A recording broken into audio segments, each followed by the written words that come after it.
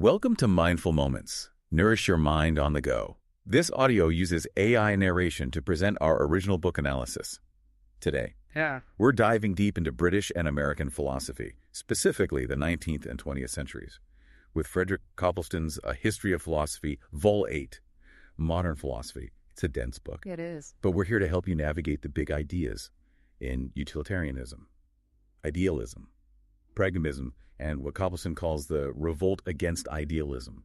Think of us as your philosophical Sherpas, guiding you to the summit of understanding. And there are some seriously intriguing peaks to explore. For example, we'll uncover how Herbert Spencer, a philosopher known for his love of systems, ultimately concluded that the ultimate reality is unknowable. We'll grapple with Henry Sidgwick's attempt to reconcile utilitarianism with intuitionism. And hold on tight when we delve into American idealism. Did a group of philosophers really try to create a new religion? Not quite. But their ambition was definitely sky high. Let's start our ascent with British empiricism. Copleston kicks things off by highlighting the connection between 18th century thinkers like Hume and the utilitarians who followed. It's like a philosophical family tree, isn't it? It really is. Thinkers like Jeremy Bentham, while inspired by the French Enlightenment, were deeply indebted to Hume. They took his ideas about breaking down complex concepts to their simplest forms and ran with them, using utility as the foundation of moral philosophy. But as Copleston points out, this reductive approach has its limits. Right. Bentham's focus on practical applications, while leading to real-world reforms. Sometimes oversimplified things. He prioritized workable solutions over deep philosophical exploration. Exactly. And this tension between pragmatism and pure philosophical inquiry is a recurring theme throughout this era. Take James Mill, a staunch Benthamite. He even tried to analyze the very concept of self using this reductive, almost scientific approach. But his son, John Stuart Mill, took a different path. It's fascinating how John Stuart Mill wrestled with his father's legacy while trying to make utilitarianism more nuanced and, dare I say, humane. He grappled with the limits of government power, championed individual liberty, and even explored the idea of free will in a deterministic world. It's like he was trying to reconcile the head and the heart of utilitarianism. And that internal struggle makes his work so compelling. He pushed the boundaries of what a utilitarian philosophy could be. But his contributions go beyond ethics. Copleston dives deep into Mill's system of logic, where he tackled the thorny issues of language, inductive reasoning, and the very nature of cause and effect. These ideas still reverberate today, especially in science and epistemology. It's a great reminder that these philosophical debates aren't just abstract exercises. They shape how we understand the world and our place in it. Precisely. Now, get ready for a shift in the terrain as we climb from the solid ground of empiricism to the lofty heights of idealism. We're entering a realm where the mind, not sensory experience, takes center stage. Okay, I'm adjusting my philosophical oxygen mask. I remember finding this section a bit dizzying at first. Copleston introduces us to figures like Thomas Hill Green, who criticizes human empiricism and proposes an eternal consciousness that underlies all our experiences. It's a big leap. It is. Green argued that our finite minds are part of a much larger, all-encompassing consciousness. This concept aimed to address what he saw as the limitations of traditional empiricism, but it also raised some thorny questions. Like, how does this internal consciousness actually interact with the world? Does it imply that everything is God? A kind of pantheism. You're hitting on the core challenges that Copleston explores. He unpacks those potential inconsistencies within Green's system, then guides us through the contributions of other idealists like Edward and John Caird, William Wallace, and David George Ritchie, each adding their own twist to Hegelian thought within a British context. And then we encounter, perhaps, the most famous British idealist, F.H. Bradley. Talk about dense philosophical prose. Bradley was brilliant, but his writing is definitely not for the faint of heart. Copleston does an admirable job of distilling his arguments. Bradley posits the absolute, a complete and harmonious experience that transcends our limited understanding. What struck me was Bradley's deep skepticism. He even questions whether we can truly grasp the absolute through concepts, suggesting that even our grandest philosophical systems might just be elaborate illusions. It's a humbling thought, isn't it? It is, and yet, as you pointed out, there's a lingering sense that Bradley still believes in this absolute unity beyond our reach. It's a fascinating tension. Copleston then introduces us to Bernard Bosanquet, a more systematic thinker than Bradley. Right. Bosanquet was less inclined toward skepticism. He envisioned the absolute as a concrete universal, a totality that harmonizes all differences. Yes. And Copleston takes us through Bosanquet's influential work on logic, aesthetics, and political philosophy. You'll find him less individualistic than some other thinkers of this era, seeing the state as a crucial institution for promoting social good. But even with Bosanquet, we're still in the realm of absolute idealism. Then Copleston guides us towards a fascinating turn, the rise of personal idealism.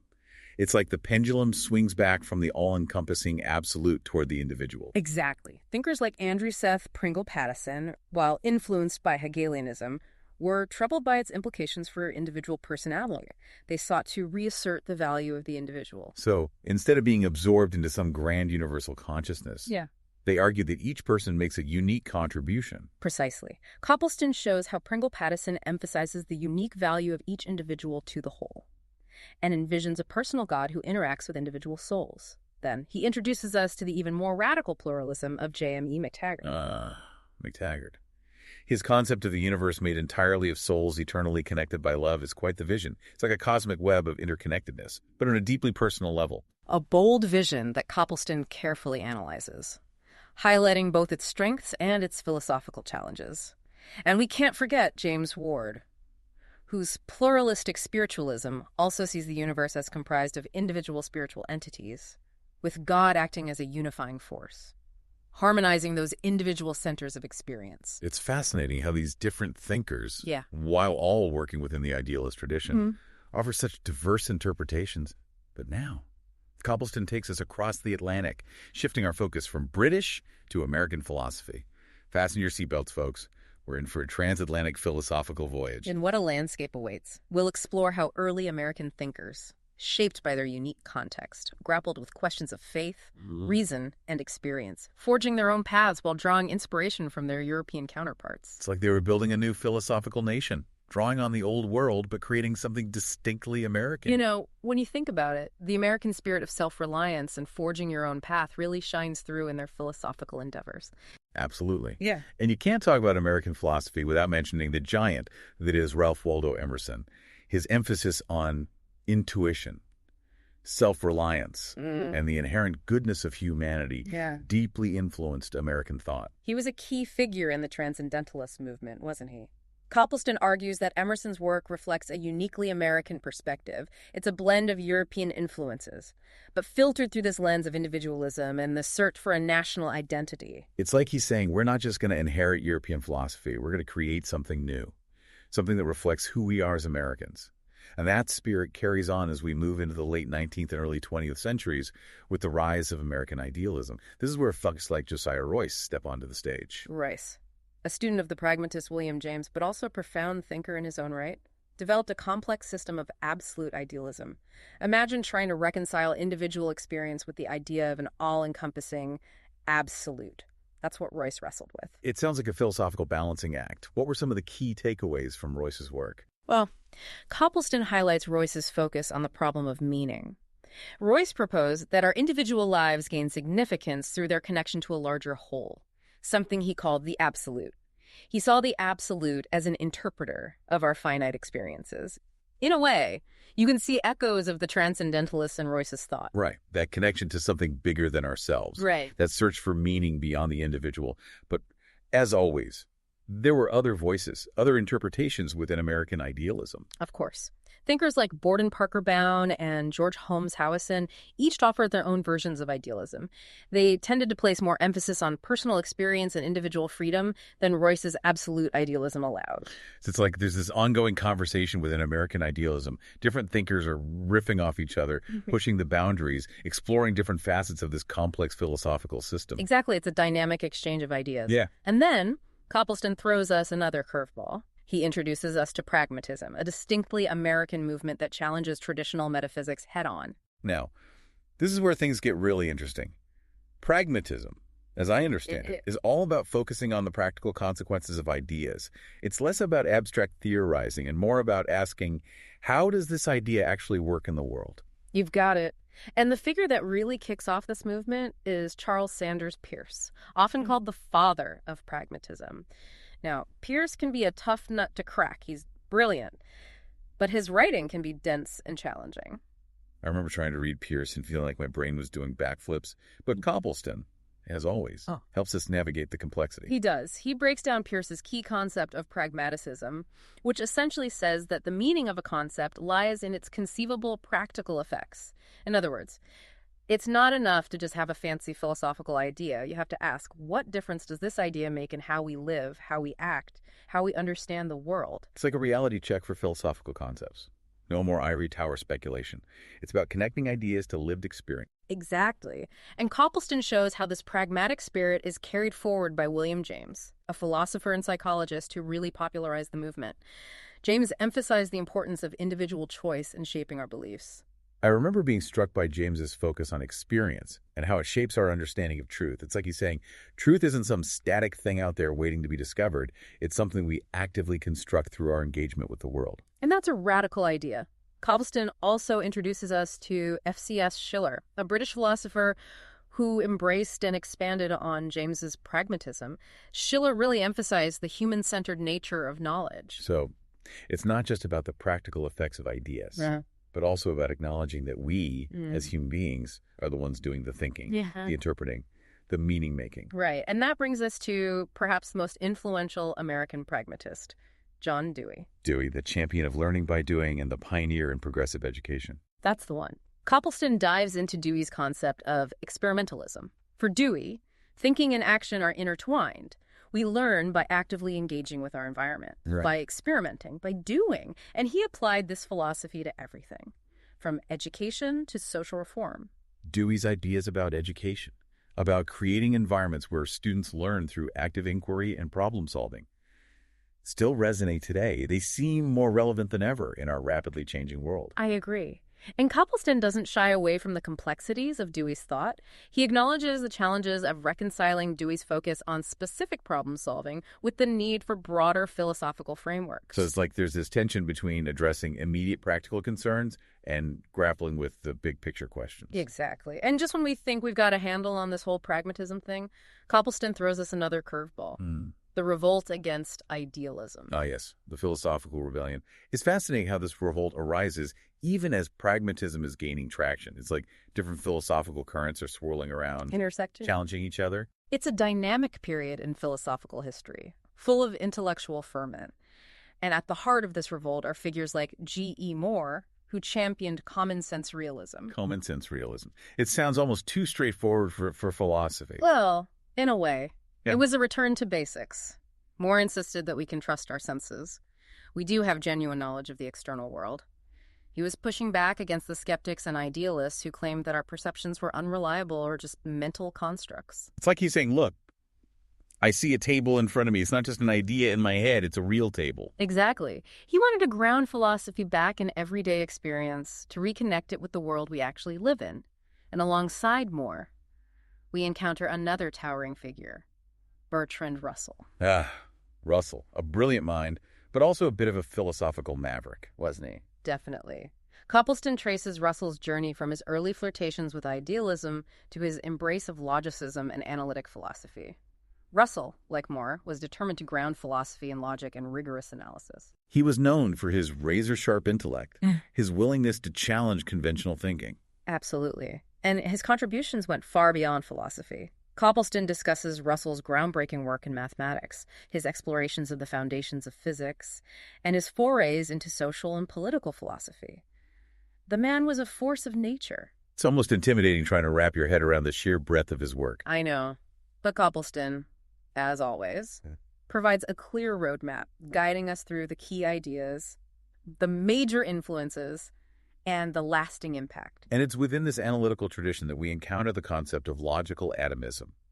Now, it sounds a bit like something out of a science fiction novel. It's actually a pretty straightforward idea once you break it down. Logical atomism was all about analyzing language and reality into their simplest, most fundamental components. It's like breaking down matter into its atomic building blocks. Instead of focusing on complex concepts and grand systems, they were trying to get down to the most basic units of meaning. Exactly. Copleston explains how Russell and his collaborator, Ludwig Wittgenstein, attempted to construct a perfectly logical language that would mirror the structure of reality.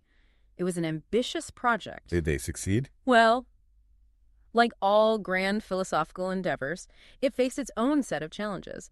But Copleston emphasizes the significant impact of logical atomism on the development of analytic philosophy. It's like they were trying to create a philosophical language that was crystal clear, free from ambiguity, perfectly aligned with the facts of the world. Precisely. Now, as we move further into this period, we see a renewed interest in realism. Copleston takes us on a tour of the various realist schools of thought that emerged in response to idealism. So after all that talk of mind, consciousness, and the absolute, we're coming back down to earth. In a way, yes. We start with neorealism, which emerged in the early 20th century, particularly in America. Neorealists were pushing back against the idealists, insisting that the external world exists independently of our minds. It's like they're saying, the world is out there, whether we're thinking about it or not. Exactly. They argued that our minds don't create reality, they apprehend it, but as you might imagine, neorealism had its critics. What were some of the challenges they faced? Well, critics pointed out that neorealism struggled to account for certain aspects of experience like illusions, hallucinations, and the fact that our perceptions can be influenced by our perspectives. So it's not as simple as just saying, what I see is what's really there. There's more nuance. And that's where critical realism comes in. Critical realists, while agreeing that the external world exists independently, recognize that our perception of reality is mediated by our senses and conceptual frameworks. So we do have access to the real world. Yeah. But it's not always a direct, unfiltered access. Exactly. Copleston takes us through the ideas of critical realists like Durant Drake, Arthur O. Lovejoy, and George Santayana, each grappling with this complex relationship between mind and world. It's like we're constantly refining our understanding of how we know what we know. Yeah. How our minds connect to the world out there. And that brings us to a truly unique figure who stands somewhat apart from these traditional schools of thought, Alfred North Whitehead. Now, Whitehead is one of those thinkers who always intrigued me. He was a mathematician and a philosopher, and he developed this fascinating system of thought known as process philosophy. Right. And Copleston does a great job of explaining this complex and often challenging set of ideas. For Whitehead, the universe isn't a static collection of things. It's a dynamic, ever-evolving process. It's about becoming, not just being. It's like saying that reality is more like a movie than a photograph. Yeah. Always in motion, always changing. That's a great analogy. Copleston explains how Whitehead saw reality as a series of interconnected events, each contributing to this ongoing flow of experience, and he even brings God into the picture, seeing God as a participant in this cosmic process. So it's not just a cold, impersonal universe for Whitehead. There's a sense of purpose, of direction. Yes. And what I find fascinating is how Whitehead's process philosophy, while rooted in philosophical tradition, also resonates with modern scientific understandings of cosmology and evolution. It's like he was ahead of his time, anticipating some of the key insights of contemporary science. And just when we think our transatlantic voyage is complete, Copleston brings us back to the British philosophical scene in the latter half of the 20th century. So we're coming full circle back to the land of empiricism and analysis. Precisely. And what we find is a resurgence of analytical philosophy, building on the foundations laid by Moore and Russell. Copleston introduces us to key figures like Gilbert Ryle, J.L. Austin, and P.F. Strawson, each known for their meticulous analysis of language and their focus on clarifying philosophical concepts. It's like they were taking a magnifying glass to philosophical problems, dissecting arguments, uncovering hidden assumptions. And Copleston captures the essence of this movement beautifully, highlighting the key debates, the major influences, and the lasting contributions to philosophical thought. But he also acknowledges some of the criticisms leveled against analytic philosophy. What were some of the concerns? Well, some critics argued that analytical philosophy was too narrow in its focus, too detached from broader human concerns. So, it's like they were so focused on getting the logic right that they lost sight of the bigger picture, the existential questions that really matter to people. And that tension between rigorous analysis and grappling with the big questions is something that continues to shape philosophical debates to this day. As we wrap up this whirlwind tour through British and American philosophy, it's worth pondering the lasting impact of these ideas. It's amazing to think about how these movements, despite their differences and disagreements, we're all wrestling with fundamental questions that we still grapple with today. Questions about reality, knowledge, meaning, and the search for truth and goodness. And while the specific answers may vary, the very act of engaging with these questions, of participating in this ongoing philosophical conversation, is a testament to our shared human desire to understand ourselves and the world. It's like we're all part of this grand intellectual adventure. this quest for meaning and understanding that spans centuries and continents. And that's what makes studying the history of philosophy so rewarding. It's not just about memorizing names and dates. It's about connecting with the minds and hearts of those who came before us, who grappled with the same fundamental questions that we face today. It's a reminder that we're not alone in our search for meaning, that we're part of a long and rich intellectual tradition. And as we've journeyed through these different philosophical landscapes with Copleston, it struck me how relevant these historical dates still feel today. It's almost like they're having a conversation across time, engaging with questions that continue to challenge and inspire us. Exactly. And I keep thinking about that idea of the revolt against idealism.